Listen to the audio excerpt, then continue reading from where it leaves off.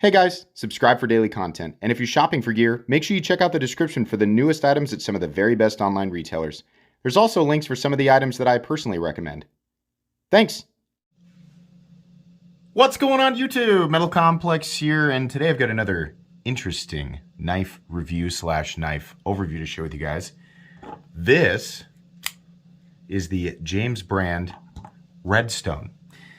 Interesting. This knife was sent to me by Urban EDC Supply, which I really enjoy Urban EDC Supply. They've got a lot of cool stuff. You guys know I've been linking them for a while down in my description. Check them out. They've got a lot of awesome stuff over there. And I appreciate them sending this model to me to check out. Thanks so much to my generous patrons who are supporting me right now. There's a link for Patreon right down below. And please make sure to follow me on Instagram at metal_complex.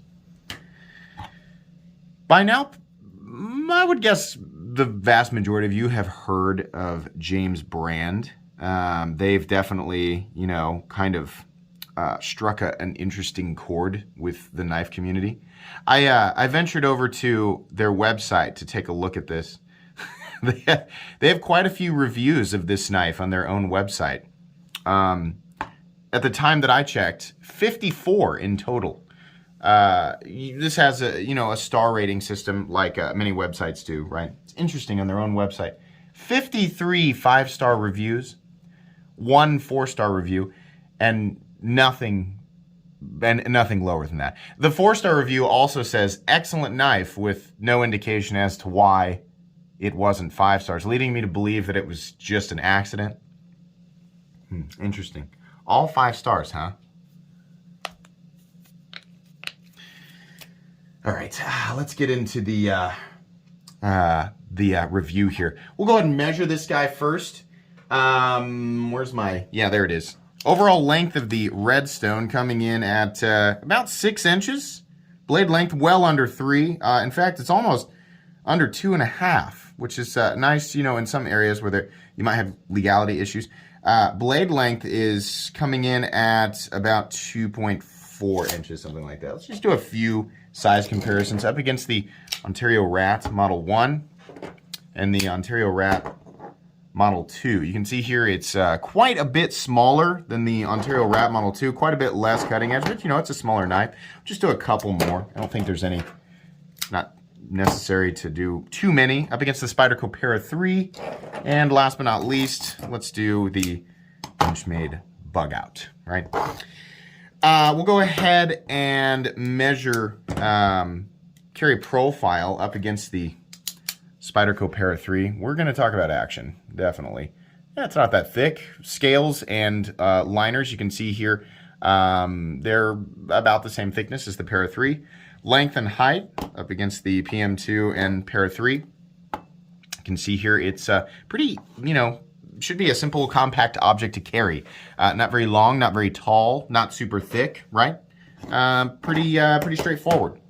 Let's go ahead and measure blade stock thickness. Whoops. I'm not sure that this is going to stand because of how the back's, but okay, there we go. Get my calipers here. Blade stock thickness on the Redstone coming in at probably really thin, 95 thousandths. Okay. Makes sense on a knife like that.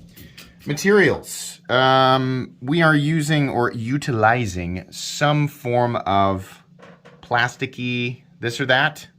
What's interesting here is that this material appears to have, can we see it if I zoom in? And there's like little weird folds or bends, almost like it was sitting in piles and it was like being crushed or something like that. It just has a couple of weird indentations in it. I'm not sure that the light is picking it up or my camera's picking it up here. I'm not sure what it is. It's probably some type of injection mold plastic. And then underneath is just, the frame, which I believe is steel. So neat. We're going to weigh it here real quick. Oh, and the blade, actually the blade is 12C27, which is a Sandvik steel. And it's that's a decent budget steel, right? Nice fine grain structure.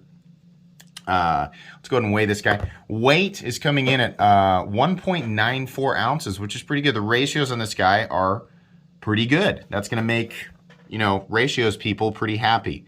Let's go ahead and get my tools out. My tools are very inexpensive, very recommendable. You can find them right down in the description where it talks about the stuff that I use on this channel for disassembly. We have a T8 pivot, and then it looks like T6 body screws holding a lot of this stuff on. There's probably some more underneath here. This is an axis lock style knife. I don't know what James Brand calls it. It's the same thing. You know, ever since the patent on the axis lock ended, we see these all over the place, right? If you're new to the knife world, this was not invented by James Brand. It's just something that we see on lots and lots of stuff now. You know, here's a Benchmade, right? Axis lock originally came from them, or this exact style, right? But yeah, we see it on lots of stuff now. It uses Omega springs, and there's a bar back there, the axis bar, and then it slides into place behind the tang of the blade to lock it out, and you pull it down to disengage it, and then the tension past the event horizon down here also sort of keeps the blade in place.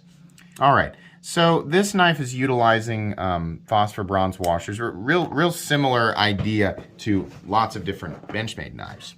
And by that I mean, you know, of course, lots of Benchmade knives are utilizing an axis lock and have phosphor bronze washers. Now, the first difference that I notice right off the bat is, you know, this sort of, right, versus a well-known, right, a knife that, you know, is made by Benchmade, made in the United States. It's more expensive, right? This is the bug out. What's real important is being able to deploy the knife, right? It should deploy smoothly. Then you should be able to, you know, pull the axis bar down and the blade should disengage. And, you know, the idea being that it's very easy to manipulate with one hand. This knife does not do that very well. First off, we have a sort of triangle thing to get at, right? And this is it's a small object, right? It's pretty narrow. If you have smaller hands, you might have an easier time with this. Getting your finger in there, you can do it, right? But everything is just obnoxiously uncomfortable, as if it could have almost been done, all of the little elements, right? Pulling the knife from your pocket, getting your fingers into position, engaging with the part of the knife that you are supposed to engage with to deploy it, right? And then, you know, moving to, you know, grip the knife to hold this thing, which we're going to talk about, and then disengaging the lock. This is odd and uncomfortable, the way that they've shaped these. Then getting the thing to drop back in. I'll make a point again here. Watch this. Right, here's another one, the Able lock from Hogue. Let's do the James Brand.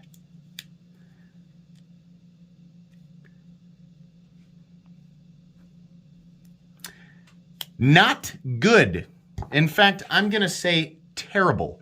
I'm a knife reviewer who is well known for being glass half full and pretty positive, right? I try to see the good. Maybe it's like, oh, here was their intention, and maybe this didn't work out, but it, you know, there's an element here that, you know, kind of makes up for it. This knife has, it does not matter. I know people are saying, well, it costs a lot less, right? It costs a lot less than the bug out or the Ritter Hogue, right? Now that the patent has ended on the axis lock, we have lots and lots of examples of substantially less expensive knives utilizing similar locks. And they have also managed to replicate this type of action, right? Which is pretty much something that we should expect in 2022. This? Seriously, I'm not trying to ham it up here. I mean it. It really is that tight. And here's the thing. This, it's got blade play. Not up and down, but left and right. That means that if I loosen up the pivot, it's just going to get worse. This is not a fun thing to manipulate, right? Pocket knife today, in my opinion, something that is, modern and utilitarian, should be very easy to manipulate with one hand. Extremely easy. It should not have to. This is a mess, right? This is not good. It's gritty. It doesn't feel good at all. On top of that, I think the fit and finish on this knife is pretty laughable. Like, I mean, you can see the gap there. This weird, it's like deformation. It might be that screw needs to be tightened down. But I think these pieces of, I don't know if they're like polypropylene or what. They look like they might be warped in some places. There's weird indentations. The aesthetic of the handle gives the impression that those two pieces are sitting specifically where they are, and there's this dip here. It gives the impression that it's built that way for a very specific ergonomic experience. I think somebody said this in a live stream, that this was like specifically made for mountain climbers. Okay.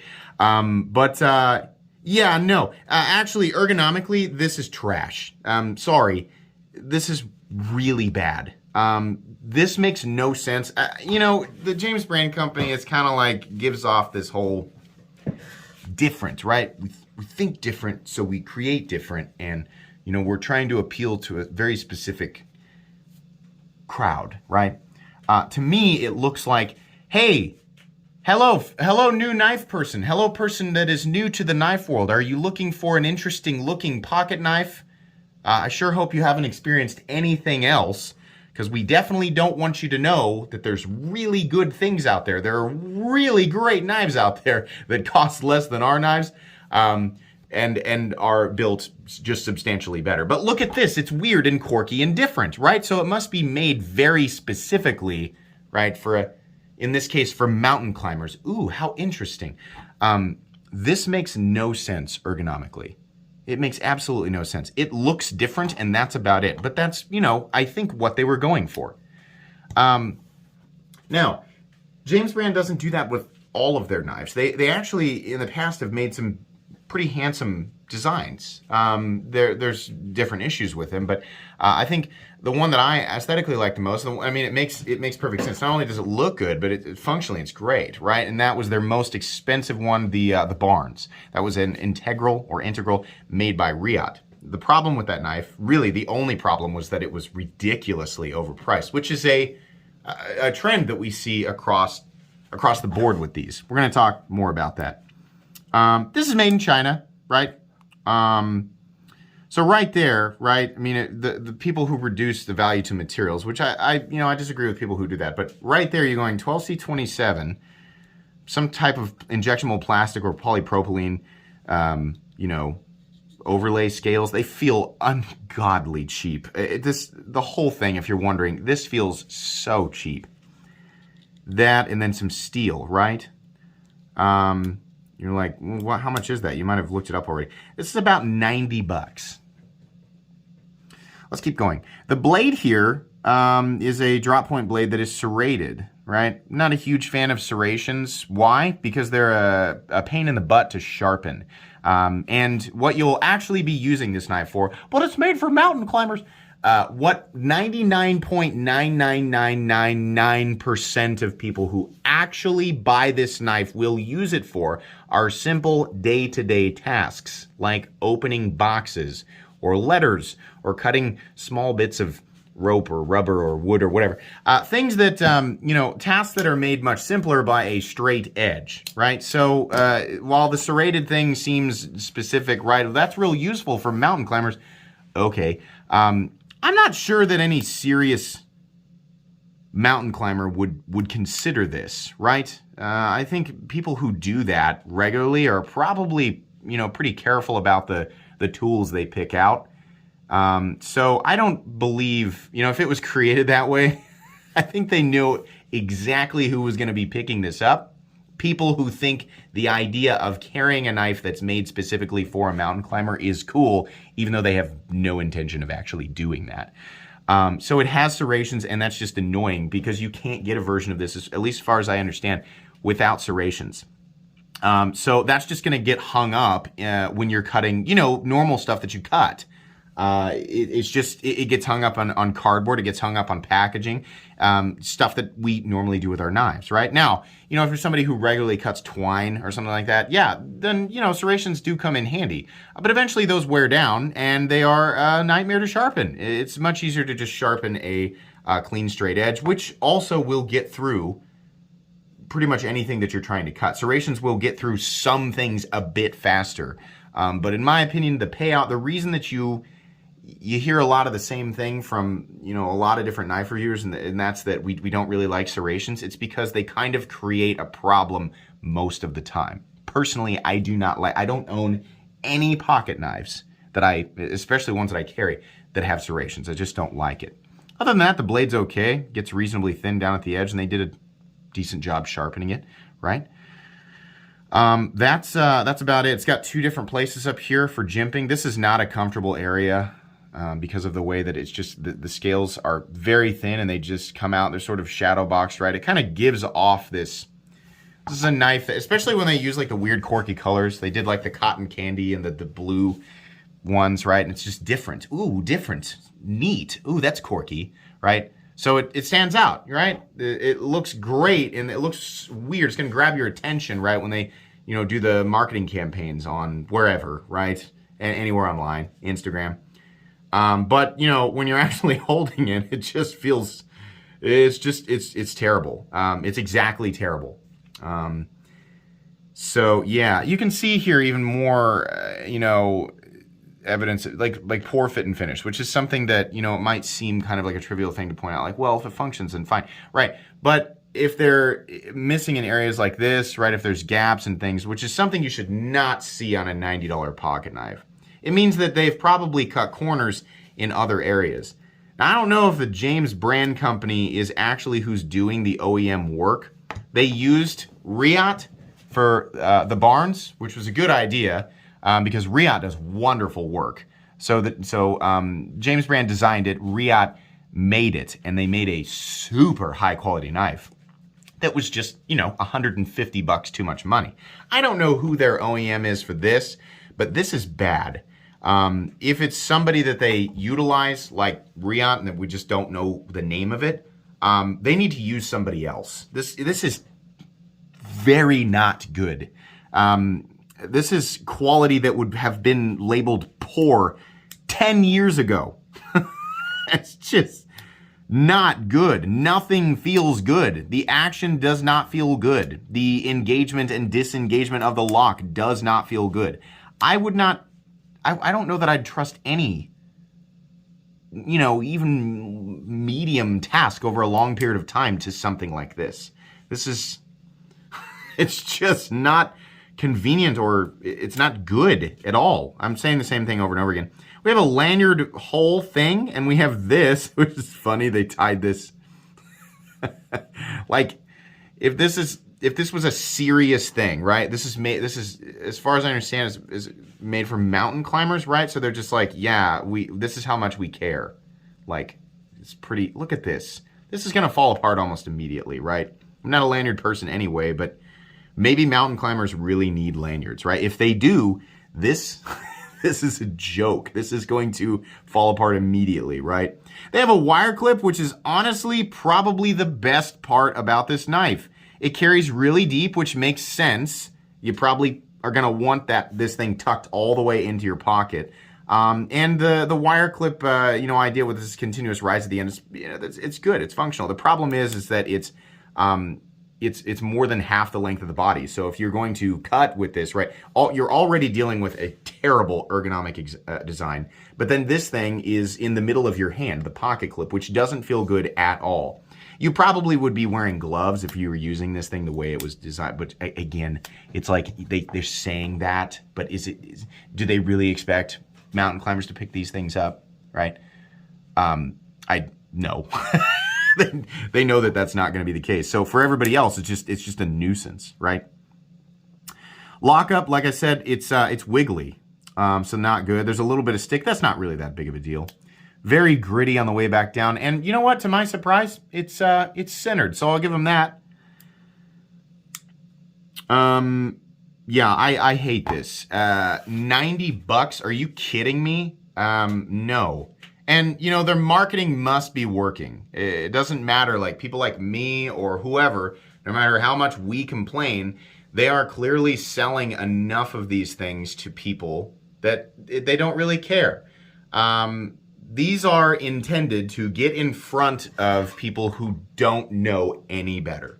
If you're watching this review, right, if you're new to my channel, you're new to the knife world, first off, you probably think I'm super pompous and I'm a jerk, right? Because you might have been looking at this, I think that looks pretty interesting, right? And this guy's just tearing it apart. Normally, I'm extremely positive. Normally, I'm real nice. I try to look at, you know, but I'm normally handling things that are at least decent designs. I've got lots and lots and lots of videos, knives that are more expensive, knives that are less expensive, but knives that are substantially, you know, better quality, better materials for what's using it, better execution of said materials, and a more dependable object all the way around. So I would suggest you look, if not on my channel, literally in any other direction.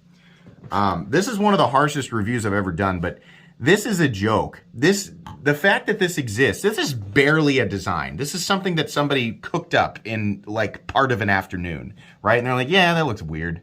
Sure, let's have the OEM, you know, whoever's manufacturer, let's have them just slap it together. And what do you think? $90? Sure. The hope here is get it in front of people who don't know better, who don't know that you can get better things for less money, right? Because it's still made in China. It's not like they're manufacturing it in a special place where it costs more money, right?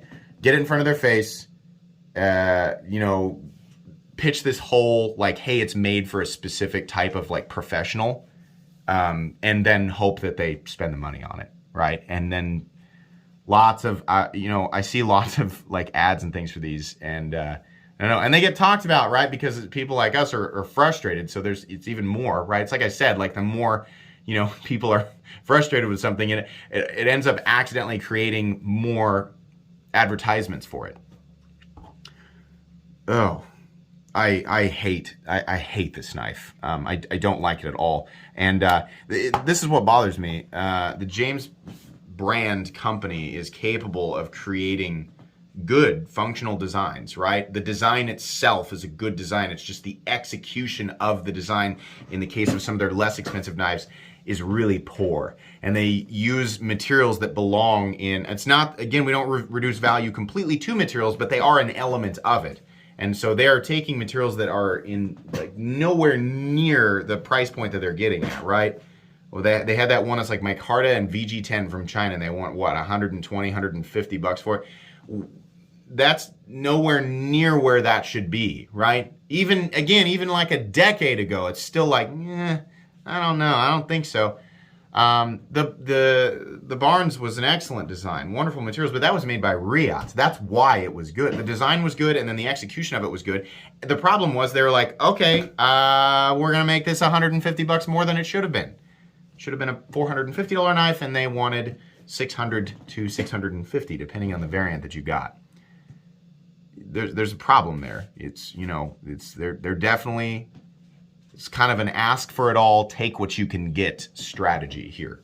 I don't like this. In fact, I'm not sure I'm going to be reviewing any more James brand products in the future, because that's really what I'm doing, is advertising for them here. This is bad. Don't buy this. Find something else. I've got a playlist about cheap knives I like, which is excellent knives for the money. And then I've also got other playlists, you know, pointing you in the direction of various other price ranges, good knives. There's a whole playlist about knives that I recommend in general. This is nowhere near it. There are almost no redeeming, like literally the pocket clip is all right and everything else is just trash. Jeez. No.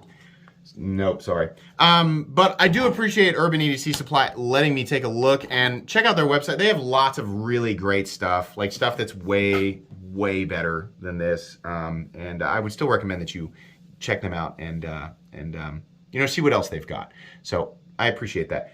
Anyways, please make sure to follow me on Instagram at metal_complex. If you enjoyed this video, leave a like. If you'd like to check out my other content, I do, of course, have lots of videos of knives that are either expensive or inexpensive that I do or don't like. So check those out. And if you enjoy all my content, go ahead and click on that Metal Complex logo right there and subscribe because there's definitely more coming. Thanks again for watching, everybody, and have a great day.